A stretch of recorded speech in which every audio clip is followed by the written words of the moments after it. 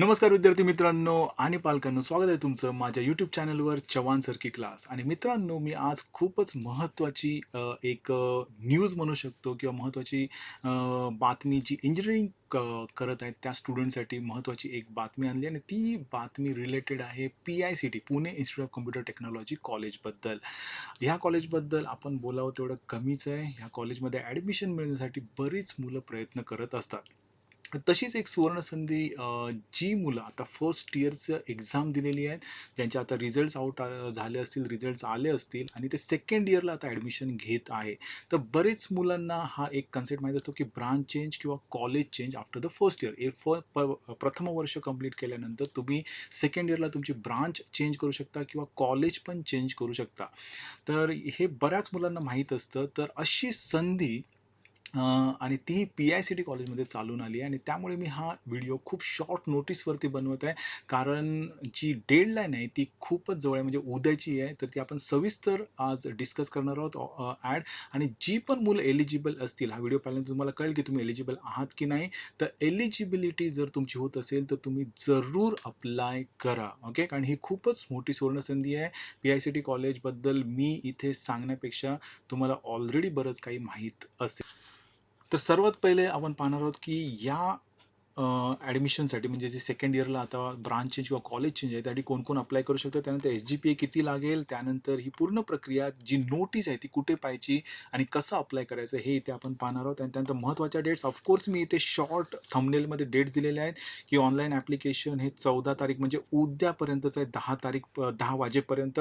त्यानंतर merit list ही 12 वाजेपर्यंत display होणार आहे. त्यानंतर काउन्सिलिंग राउंड हा 3 वाजेपर्यंत आणि NOC सबमिशन हे 2 वाजेपर्यंत आणि तेही 15 तारीखला. म्हणजे खूप फास्ट ॲडमिशन प्रोसेस आहे. त्यामुळे तुम्हाला वेळ अजिबात फुकट घालवायचा आहे आणि खूप साधी सोपी डॉक्युमेंट्स आहेत, जे तुमच्याकडे ऑलरेडी अवेलेबल असेल. तर अजिबात पॅनिक होऊ नका. फक्त YouTube व्हिडिओमधून समजून घ्या. तसंच PICTची वेबसाईट रेफर करा. ती खूप ऑथेंटिक आहे. त्यामुळे PICT वेबसाईट रेफर करून पुढच्या स्टेप्स तुम्ही फॉलो करा. ओके.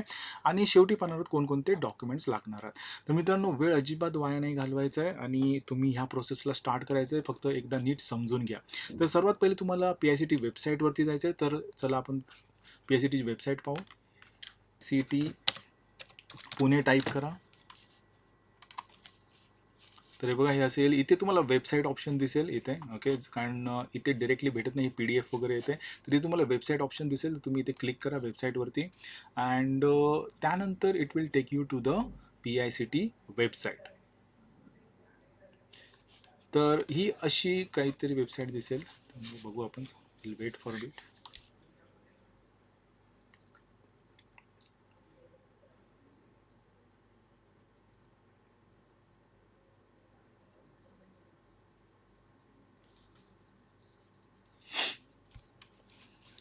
ओके, तर अशा प्रकारे ही PICT वेबसाईट ओपन झालेली आहे. तर इथे तुम्ही पाहू शकता की change of institute or course after the first year BTech academic year 2026-27. Okay, तर याच्यावरती तुम्हाला क्लिक करायचं आहे. मग तुम्हाला तो पुढच्या पेजवरती घेऊन जाईल.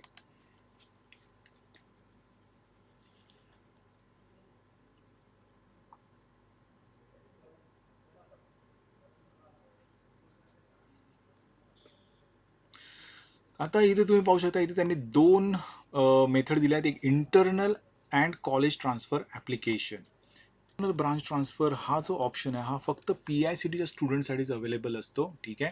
तो एक्सटर्नल कॅन्डिडेटसाठी अवेलेबल नसतो. ओके, यामध्ये इंटरनल कॅन्डिडेटला पहिले चान्सेस दिले जातात आणि त्यानंतर मग ज्या सीट अवेलेबल असतात, तर त्या अवेलेबल होतात कॉलेज और ब्रांच ट्रान्सफर, आणि तेही एक्सटर्नल कॅन्डिडेटसाठी अवेलेबल होऊन जाऊ शकतात. तर त्यामुळे तुमच्यासाठी महत्त्वाचे आहे की कॉलेज और ब्रांच ट्रान्सफर. ठीक आहे. जी मुलं PICTच्या बाहेर आहेत त्यांच्यासाठी म्हणते, मीन्स हा जो आहे हा PICT स्टुडंटसाठी आहे. Okay, internal branch transfer. Okay, आणि हे नॉन PICT थोडक्यात जर सांगायचं तर.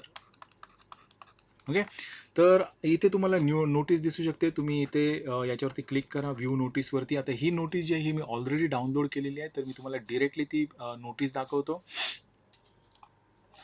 ओके. तर ही नोटीस आहे. या नोटीसमध्ये तुम्ही पाहू शकता की त्यांनी म्हटलंय की subject regarding the change of institute after the first year B Tech for the academic year 2026-27 subject to vacancy. Okay. तर किती व्हॅकन्सी अवेलेबल असेल त्यानुसार ह्या सीट भरल्या जातात. ओके. त्यानंतर त्यांनी पुढे म्हटलंय की त्यांनी जो रेफरन्स दिला आहे circular dated 9/7 from joint director technical education regional office Pune, copy enclose. तर ही कॉपी तुम्ही खाली पण पाहू शकता, त्यांनी अटॅच केलेली आहे इथे. तर ती पण तुम्ही रीड करू शकता. ती का रीड करावी तर मी तुम्हाला सांगतो. पुढे सांगतो मी तुम्हाला. तर इथे बघा, as per the above mention circular applications are invited for eligible candidates for a change of institute subject to vacancy. तर इथे आता जे PICTच्या बाहेरची मुलं आहेत ती अप्लाय करू शकतात. इथं दिसून येते the change of institute for vacancies available if any will be carried out strictly on the basis of merit. Okay. तर जे काय ॲप्लिकेशन येतील त्यामध्ये मेरिट हा क्रायटेरिया असेल आणि त्यानुसार तुम्हाला ब्रांच अलॉट केली जाईल. Determined by the SGPA obtain in the first year B.Tech examination 2026 June 2026. Okay. आणि ते कन्सिडर करतात combine SGPA of both semesters. Okay. तर क्रायटेरिया थोडक्यात जर म्हणायचं झालं तर बघा, तुमचा फर्स्ट इयरचा जो रिझल्ट आला आहे त्याच्या दोन्ही सेमिस्टरचे SGPA जे आहेत त्यानुसारच तुम्हाला ॲडमिशन भेटणार आणि तेही प्रॉपरली मेरिटवरती. जेवढे पण ॲप्लिकेशन येतील त्यात मेरिट लागेल आणि त्यानुसार तुम्हाला ती सीट अलॉट होईल. ओके.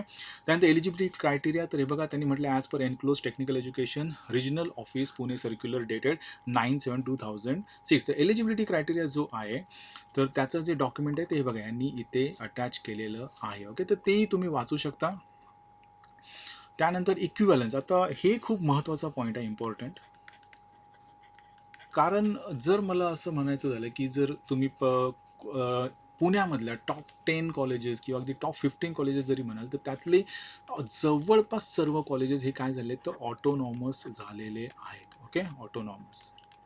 तर त्यामुळे काय होतं आहे की पूर्ण सिलॅबस जो आहे तो प्रत्येकाचा थोडाफार तरी वेगळा असू शकतो. ठीक आहे. तर तेच त्यांनी इथे म्हटलंय बघा, the candidate must submit and undertaking about undergoing the required subjects to meet the equivalence requirement as per PICT syllabus structure. Okay. म्हणजे इथे तुम्हाला अंडरटेकिंग द्यावं लागणार आहे at the time of going through this procedure.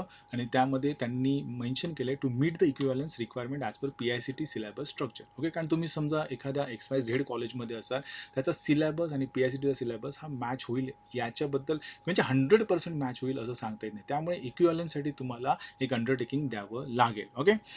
तर त्यात त्यांनी पुढे काय म्हटलं, equivalence of syllabus of existing autonomous or non autonomous institute of the candidate with PICT syllabus structure. Okay. ठीक आहे. The candidate is required to bring the syllabus structure of their autonomous or non autonomous institute at the time of counselling round. म्हणजे तुमचं जे काही syllabus होता first इयरला त्याची तुम्हाला कॉपी इथे घेऊन यावी लागेल. ओके. आता ॲप्लिकेशन फी वगैरे तुम्ही बघून घ्या, इथे त्यांनी मेन्शन केलेलं आहे. So it is a non refundable application fee इथे मेन्शन केलेलं आहे of ₹1000 and shall submit the online application by uploading the necessary documents by 14/7 म्हणजे उद्या. आज 13 तारीख आहे, उद्या 14th आहे, तर उद्या सकाळी 10 पर्यंत त्यांनी मागवलेलं आहे. ओके. त्यानंतर त्यांनी व्हेकन्सी स्टेटस, तर vacancy status will be publish on PICT website 13/7 up to 7 PM. म्हणजे आज ते संध्याकाळी 7 वाजेपर्यंत PICTचे जी काही व्हेकन्सी असेल फर्स्ट इयरची ती तुम्हाला अवेलेबल करून देतील. आणि त्यानंतर त्यांनी शेड्यूल मेन्शन केलं आहे, जे मी माझ्या थंबनेलमध्ये पण दिलं आहे की बघा 10 तारीखपासून प्रोसिजर चालू झालेली होती and this is up to 10 AM म्हणजे उद्यापर्यंत 10 पर्यंत आहे. त्यानंतर डिस्प्ले ऑफ मेरिट लिस्ट, म्हणजे उद्याच ते 12 वाजेपर्यंत मेरिट लिस्ट डिस्प्ले करतील. ज्यांना पण ॲडमिशन भेटलं असेल त्यांनी बघा उद्या 14 तारीखला 3 वाजेपर्यंत काउन्सिलिंग राऊंड आहे. Okay. And finally the submission of NOC of parent institute by selected candidate, ते कधी आहे तर 15 तारीखपर्यंत तुम्हाला वेळ दिलेला up to 2 PM. Okay. So procedure बघाल तर खूप सोपी आहे. जरी तुमच्याकडे टाईम थोडा कमी असला तरी पण प्रोसिजर खूप इझी आहे. तुम्ही सहजरित्या ती करू शकता. ओके. यात कोणतीही तुम्हाला अडचण असेल तर तुम्ही डायरेक्टली मला कॉन्टॅक्ट करू शकता. ओके. त्यात शेवटी त्यांना it is mandatory for interested students among the merit list to remain physically present for the counselling round. म्हणजे उद्या 14 तारीखला जो काही राऊंड होईल आणि तुम्ही जर खरंच इंटरेस्टेड असाल तर तुम्हाला फिजिकली तिथे प्रेझेंट राहणं गरजेचं आहे. ओके. तर मित्रांनो ही होती ती नोटीस. आणि हे बघा यामध्ये शक्यतो म्हणजे मला तरी असं वाटतं जर विचार केला तर यामध्ये 2 ऑप्शन्स आहेत जे तुम्ही पाहू शकता, internal branch transfer and college branch transfer.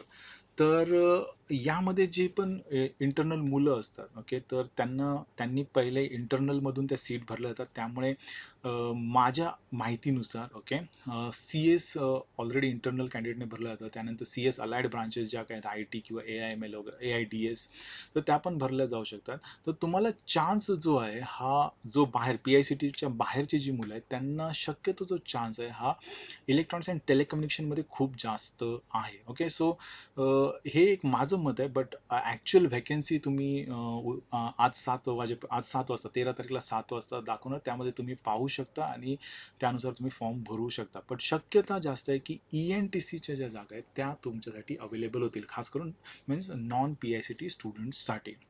So those are हे बघा, पी-आय-सी-टीचं ENTC पण हे खूप खूप खूप आय कॅन से की खूप चांगली ब्रांच आहे. तुम्ही पी-आय-सी-टी कॉलेज एक ब्रँड आहे आणि त्यात तुम्ही ENTC ही खूपच चांगली ब्रांच आहे compare to all other branches. Okay, तर त्यामुळे जर तुम्ही दुसऱ्या कॉलेजमध्ये असाल आणि स्पेशली जर तुम्ही ENTC करत असाल तर तुमच्यासाठी पी-आय-सी-टी जर तुम्हाला या मेरिट प्रोसेस थ्रू जर ॲडमिशन भेटत असेल तर ही खूपच मोठी सुवर्णसंधी आहे. आणि ऑफकोर्स जर त्याच्यावरती लाईक ECE, AIDS वगैरे काही अवेलेबल असेल व्हॅकन्सीमध्ये आणि त्यात जर तुम्ही इंटरेस्टेड असाल तर तुम्ही त्यासाठी ट्राय करू शकता.